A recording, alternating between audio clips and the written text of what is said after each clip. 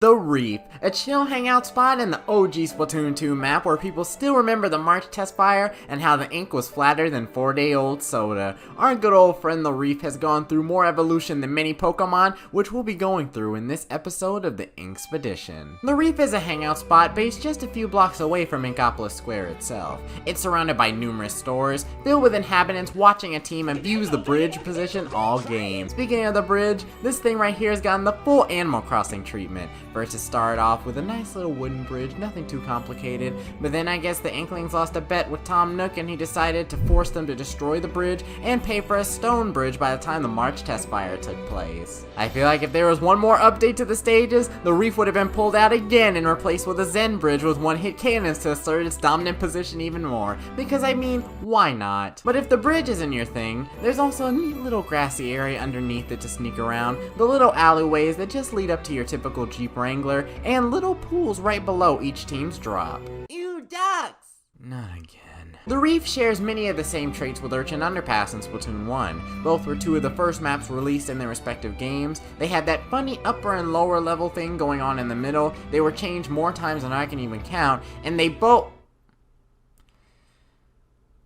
have these annoying as heck trees that I'm forced to aim around when I'm trying to shoot at another player as they serpentine around them. I mean, hey, Earth Day ain't till next April and I'm this close to snapping them with my bare fist. Remember the bridge I spoke about not too long ago? Well, perhaps I didn't elaborate as well as I should have on it. This bridge right here is basically the throne in the castle, which is the Reef. And both teams are in a constant power grab for this throne to rule over the rest of the stage. Now, I bet you think that once one team takes this part of the Reef, they do some awesome maneuvers in order to maintain that bridge, with all four players giving their utmost support to try and defend that area.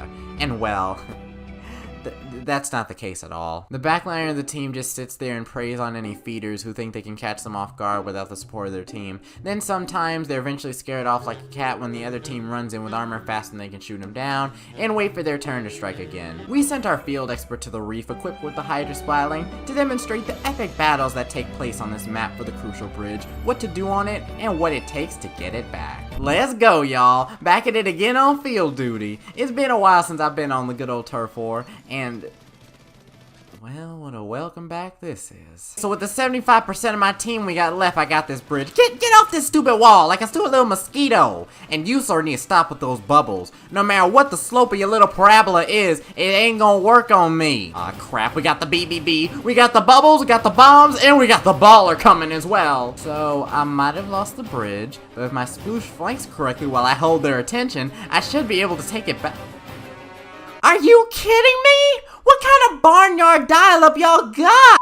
Alright, an even-footed display. That's better. And Splash Buddy, be a deer and shoot him down with that aerospray pea gun over there? Nice, that's more like it. Splash are better than Splooshes, and neither of y'all are safe from my grasp now. And even right next to the bridge, I can still see everything. And we retain control of the map. Now just cut all the times I died to that charger for the first 2 minutes out. Thank you.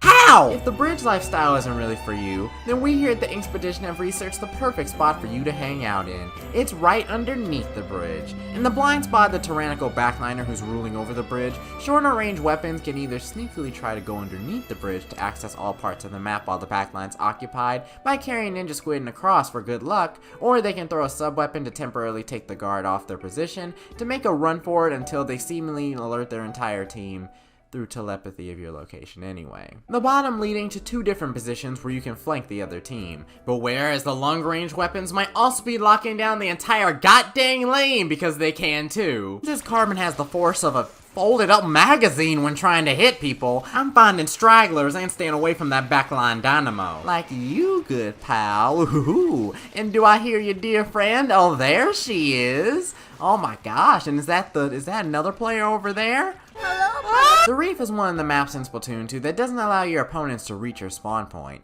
In the old version, you had a good amount of space in your spawn, with the new version snatching some of it away to allow the enemy team to harass you even more. If the enemy team has a sploosh or some other nosy player that likes getting in your base, they can get pretty comfortable on the Reef. Come on, y'all, get down here and fight. I reckon you're scared. Oh, the Elier's looking to fight? He's gone. The Flings is gone.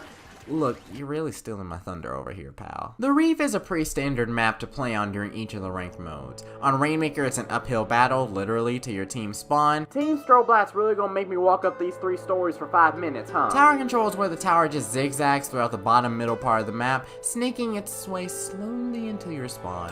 Splat zones, it's just both sides trying to take each other's zones in a continuous tug-of-war between scaredy cats until someone gets impatient and flanks the other team or dies trying, leaving their team with a player down and points for the other team. As for Lamblitz, why do the producers even want to cover this mode? Lamblitz on the Reef is a way to test players who occupy the alleys and car areas of each team. It's a constant battle to test the cooperation of each team, with frontliners picking off those who get close, and backliners goalkeeping the remaining ones. God, I hate talking about this mode. Wait, my broadcast! What's happening? Not so fast, you little chicken muffin. You ain't gonna talk about Lamblitz on the Reef? Hello, it's a Squidman, and let me tell you about the absolute best map and mode combo in Splatoon 2 for the Nintendo Switch. Lamblitz on the Reef is good for 3 reasons. Number 1, the basket is close to spawn, and that's good if it's next to spawn and your whole team gets wiped and the other team's like clam. Y'all can come back fast enough to keep the game going. It's not one and done. The basket is close to spawn, and that is good, and that is why Lamblitz on the Reef is good. Number 2, there are multiple points of approach when you're on offense. You can either go straight in, over the bridge and to the left, or you can go up the sneaky way, up the ramps to the right. That gives you a more dynamic match. Lamblitz on the Reef is good. Number 3, tradition. If you know Squidman, you know Lamblitz on the Reef. And so every private battle, we do Lamblitz on the Reef. Tradition. Lamblitz on the Reef, good. What? What is this slander? Well, at least I don't have to talk about Lamblitz. I found a loophole. Anyways, and during the nighttime, you get to see the awesome city lights. This would be the time where Inklings and Octolings would fight it out during the Splatfest. I miss Splatfest. I'll fight over anything. Oh, come on, I'll fight over toilet paper again, man. I've been your host, and you've watched the Inkspedition. If you've enjoyed it, please give us a good rating in the form of a like, and subscribe for more awesome explanations of the maps. Woo! Yeah! And become a patron of this great series by hitting the join button below and supporting projects like these. We'll see you all next time.